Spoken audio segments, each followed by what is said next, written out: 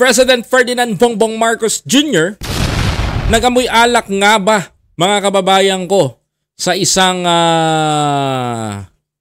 pagkikita nilang dalawa ni Sara? Ito ang pukol at bato ngayon ng Vice Presidente na si Dora Duterte the Destroyer kay Pangulong Bongbong Marcos na nakipagbeso-beso na amoy whiskey. Totoo ba ito, mga kababayan ko? Hala, pag-usapan natin to, mga kapatid. Pero bago ang lahat, mga kababayan ko, please don't forget to follow, like, comment, share, and subscribe to my YouTube channel para lagi kang updated sa mga biyahe ni Koy movements na ilalabas natin. Eto, panoorin mo ang video na to. Nanindigan si Vice President Sara Duterte na hindi siya ang complete failure, kundi ang Pangulo na amoy alak umano. Aray ko, amoy alak? Totoo ba? Nang makausap niya nang mag-resign kahit umaga pa lang noon. Sagot naman ng palasyo, mahirap maniwala sa madalas na source ng fake news. Nakatutok si Ivan Irina. Ayan ang pag-usapan natin. Naniniwala ba kayo sa paratang ni Sara Duterte, ni Dora the Explorer, Dora Duterte, ni Dora? Na si President Bongbong Marcos daw ay amoy alak daw at amoy whiskey. Alam mo, ito malalaman natin yan, mga kababayan ko. Isa lang sasabihin ko, tuloy. Kung hindi ako ang failure, siguro... Because of the failure issue. Ang failure is yung 10:30 pa lang ng umaga, amoy alak ka na. Ayun, naku, amoy alak na, Diyos ko! Amoy alak daw si BBM. Naku ano kayang anong alak to, sabi ni Dora? Ganito sinagot ni Vice President Sara Duterte ang pagsabi ng palasyo na naging complete failure umano siya bilang kalihim ng Department of Education. Ay, totoo naman naging complete failure talaga si Sara Duterte. Alam mo, bad trip siya dito nung sinabihan siyang complete failure. Alam mo, hirap sa mga Duterte, pag binalik sa inyo yung issues, pag binalik sa inyo yung kahinaan nyo, pag binalik sa inyo yung baho nyo, tinapon ulit nyo sa bakuran nyo, ang sasabihin nyo, magre-retaliate kayo na sasabihin nyo sa social media na, sasabihin nyo sa mga tao na gagawa kayo ng kwento na amoy alak si BBM. Amoy alak si Bongbong. Alak. Ang tinutukoy niyang amoy alak umano, si Pangulong Bongbong Marcos. Alam niya, tawan-tawa ako dito. Alam mo, some of the Filipino, putaragis na tawang-tawa talaga ngayon. Sabi ko sa inyo. Ay nako, Sara, wala talagang ang hirap kang paniwalaan. At kung may maniniwala sa'yo, ito masasabi ko. Mamaya, sige. At ang insidente kung kailan daw niya yan naamoy, na magsumiti siya ng resignation bilang DepEd Secretary noong June 19, 2024. 2024, last year pa. Ba't hindi mo sinabi kagad?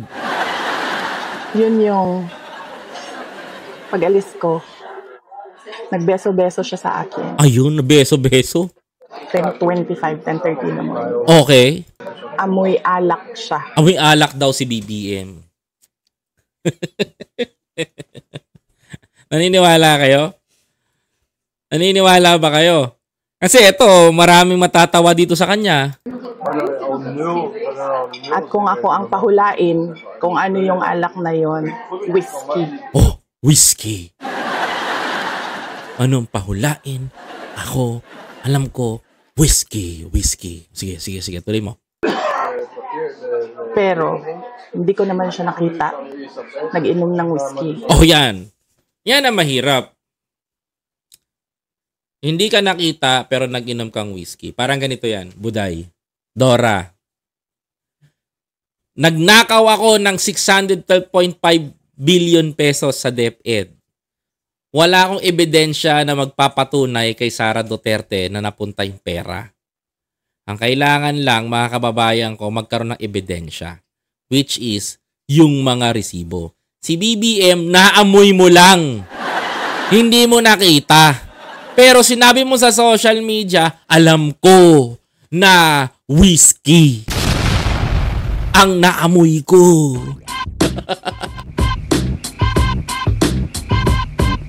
Oh, tuloy. Nakikita ko siya lagi umiinom ng champagne. Champagne, yan. Pero amoy Healthy ang champagne, ha? alak siya. Pero amoy alak daw si Bongbong. At 10:30 At 10:30 daw ng umaga. in the morning. Doon na-confirm yung decision ko. Ha? Naamoy mo lang si BBM na allegedly na amoy alak. Tapos, na-confirm mo na magre-resign ka. Pucha, ngayon lang ba nangyari yun? Dapat pa pala noong pa uminom si BBM para naman nag-resign ka na talaga. Ang gulo ng kwento mo ha. Sali-saliwa, halata nagsisinungaling kang puta ragis ka ha. Ang sabi niya dito, mga kababayan ko, ang pagkakaintindi ko ha, sa totoo lang, ang pagkakaintindi ko, nung naamoy niya si BBM, naamoy alak, mga kababayan, dun niya lang daw nakonfirma, mga kapatid, na magre-resign siya. Sino niloko mo? Ano to? Naloloko mo ba ako? Hindi pa ako lasing ha? Ayan, pakinggan nyo, oh. Ulitin ko. Pero, hindi ko naman siya nakita. Oh, di niya daw nakita. Nakikita ko siya lagi umiinom ng champagne. No, nakikita niya lang daw lagi umiinom daw ng champagne. Pero amoy alak siya. Pero amoy alak daw si BBM. At 10:30 At 10:30 in the morning. in the morning. Tapos, Doon ko, pakinggan nyo ha, sabi niya, naamoy niya si BBM na may alak, tas dun daw niya, yung narrative niya to ha, doon na-confirm dun niya daw na-confirm. o decision ko Dun daw na-confirm yung desisyon niya na ano, na mag-resign. na mag-resign. O so, ibig sabihin nito, pag uminom si BBM ng alak, i-confirm niya na magre-resign siya. Ay dapat pala noon pa pala uminom ng alak si BBM. Para nag-resign na tong puta ragis na to.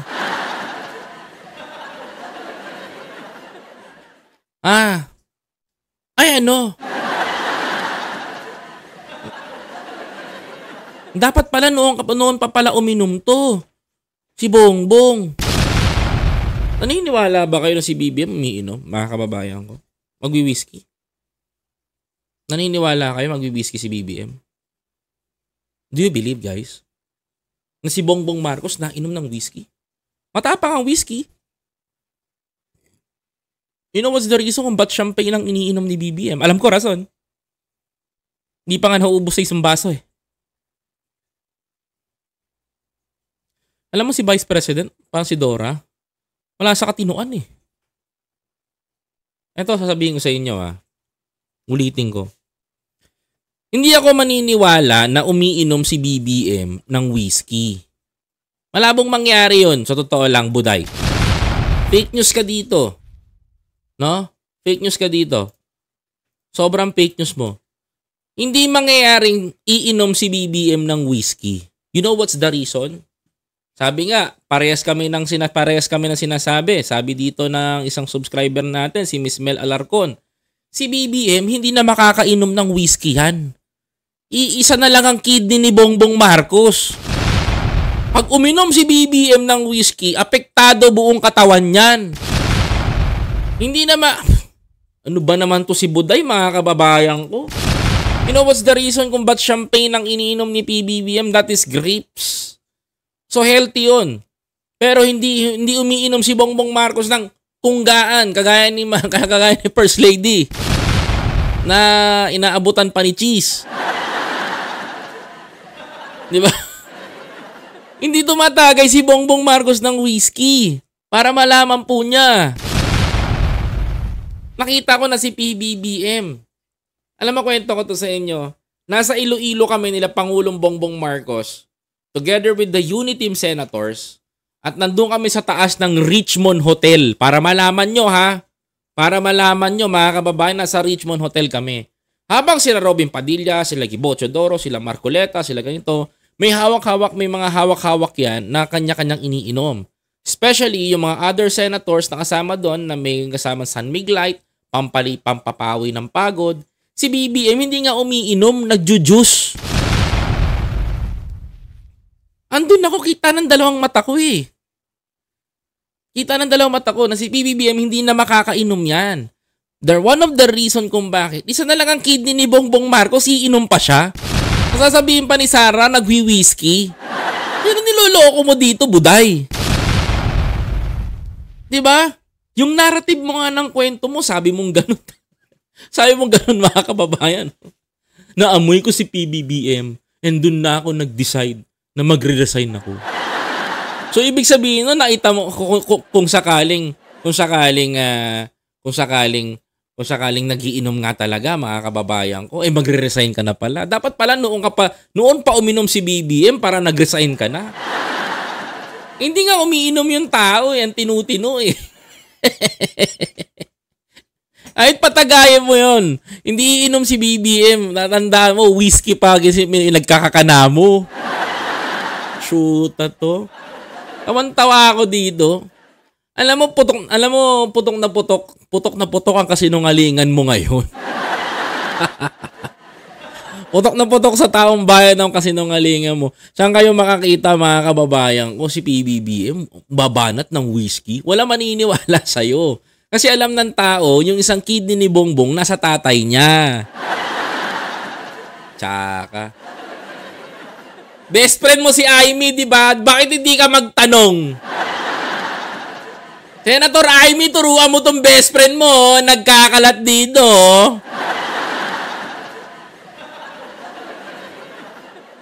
Nagkakalat yung best friend mo, Senator.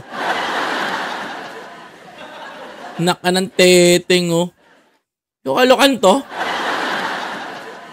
Nagkakalat yung best friend mo dito. Hindi alam yung totoo. Whiskey ang putya. I can imagine. Ganito ka pala mag-fake news. Diyos ko, para kasi maharli ka. Naka ng teteng. Umiinom. Amoy ko siya. Whiskey. Hindi ko siya nakitang uminom. Panoorin nyo yung mga toast ni PBBM. Kung nilulunok niya ba yung alak. Yung wine. Wine is good eh. Alam ko naman eh. Ako nga, may wine ako dito eh. Ilan bang gusto nyong wine? Minom din ako ng wine. Hindi naman nawawala sa katawan ko yun. Pero, my God. Diyos ko. Hindi ka man lang kumonsulta sa best friend mo. Yung decision ko. Nabuo daw yung desisyon niya no naamoy niya daw si Bibi. Anong klaseng dahilan to? Wala ba malakas na dahilan, Sarah? Na mag-resign. Idinetalye pa ng bise kung paano raw siya pinilit kumbinsihin noon ng Pangulo na manatili sa gabinete at inalok pa ng ibang pwesto para rito. Kasi nga si BBM ayaw kang paalisin kasi ayaw niya mag-away kayong dalawa. Ang problema kasi, kwento na nga natin yung totoo sa mga taong bayan. Hindi nga ako malalim. Ayaw ni PBBM na humiwalay ka. You know what's the reason kung bakit? Kasi nagiging panggulo yung kapatid niya. Diba? Magpasalamat ka, Buday. Sa totoo lang, ayaw ka itaboy ni Bongbong Marcos. Kahit tinatarantado siya ng tatay mo. Diba? Kahit na tinatarantado si PBBM ng dating Pangulong si Duterte, ayaw kanyang paalisin. Ayaw kanyang mawala kasi ayaw niya mawalan ng isang kaibigan. Best friend ng tingin sa'yo ni Bongbong ni BBM. Hindi lang kayo politiko. Ang problema sa'yo, Buday, masyado kang nagpadala dyan sa tatay mo. Diba? Saan kayo makakita, mga kababayan? Ito, saan kayo makakita ng isang kaibigan katulad ni BBM? Masarap na kaibigan si Bongbong. Kita mo, kahit na gustong kunin yung posisyon niya, pinakikisamahan ka ng totoo. Si BBM lang ang gumawa nun sa'yo, Buday. Diba? Si BBM lang. Tapos sasabihin mo, ganyan pa. Mag-isip ka nga. Nasa ayos ka pa ba? Inoperang ka ng posisyon kahit na tinarantado mo yung pondo ng DepEd. Diba? Oh, tapos yun ibabalita mo, amoy whiskey si Bongbong, hindi naman umiinom ng whiskey yun. Hiningi pa nga raw ang tulong niya para sa eleksyon 2025. Kaya ang tingin ng bise sa naging tono ng Pangulo. Hindi yun actions ng taong tumitingin as failure ako. Ha? Hindi yun ng action ng tao na humingi ng failure. Kasi bakit? Sabi ni BBM, ayaw niya magkawatak-watak kayo because you have a unit team at yung kahit na panggulo yung kapatid niya, hindi niya tinitignan. Ang nangyari ganito, mga kababayan, ang nangyari ganito. Kahit na nagbabanggaan kayo, ang ginawa niya, pinipilit niya pa rin maiayos kahit di kayo mag-okay ni Martin. 'Di ba? Kasi yung tuta niyong maliit, balak kagatin si Martin. Ang nangyari, sinipa kaagad ni Martin sa pwesto, gumulong pababa. Doon ka galit na galit. Tapos ngayon, sasabihin mo, hindi yung ba tingin sa akin ng isang failure? For me, you are a failure. Yes, failure ka. Failure being a good public servant. Yun ang totoo dun. Failure ka sa sinumpaan mo, natutulungan mo yung presidente. Failure ka because hindi ka perform being a vice president. Failure ka kasi puro paninira lumalabas sa bibig mo. Ganun ka ka-failure. 'Di ba, mga kababayan ko? Oh. Action yon ng taong tumitingin na kailangan niya yung trabaho ko. Kahit naman wala ka, kayang manalo ni BBM. So, hindi ko alam saan nanggagaling yung sinasabi nilang. Alam mo, if you think na malakas kayong ganito, malakas kayong ganyan, hindi eh. Kasi alam nyo kung bakit? Generated yung boto ng hindi genuine. Hindi genuine. Hindi siya genuine, mga kababayan. Failure ako as a Department of Education Secretary. Yes! Aminado ako doon. Failure ka talaga.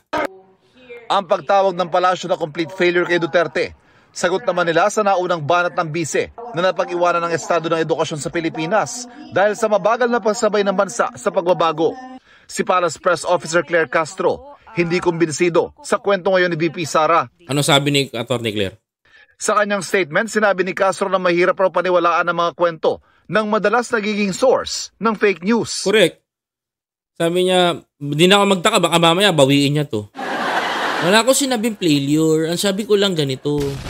Pag nahimasmasan na itong shoota na to. Lahat raw ng kwentong ito ay layong siraan ng Pangulo dahil nais siyang pababain ito sa pwesto. Correct! Kasi talagang yan naman ang plano nila eh. Wasakin yung credibility ni Pangulong Bongbong Marcos eh. Ang bise ang maging Pangulo, bagay na tinawag niyang makasariling hangarin. Ay, alam ko na to. Alam ko na. Kung bakit nagsasalita si Buday ng ganito. Alam ko na. May survey na lalabas.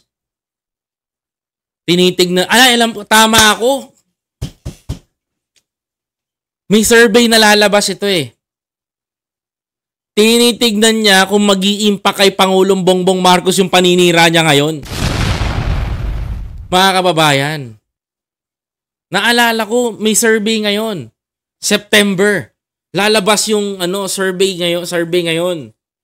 Survey ng vice performance rating nila as a president and public servant. Lalabas yun ngayon, mga kababayan ko. Paglabas nun, tinitignan ni Sara kung mag-i-impact yung kanyang mga sinasabi. Tinitignan ko kung paano kung mag-i-impact ba yung mga paninira niya ngayon. At kapag nagtagumpay itong paninira, it means, mga kabayan ko, working. Naalala ko may survey. Kaya pala naglalabas ang itsura ng gaga ngayon. Yung pala yun. Ikinumpara rin ni Castro ang Pangulo na maaga raw gumigising para sa mga event at meeting. Di tulad anya ng iba na tanghali na akong gumising. Naku. Kasalukuyan nasa The Hague ang bise para bisitahin ng amang si dating Pangulong Rodrigo Duterte.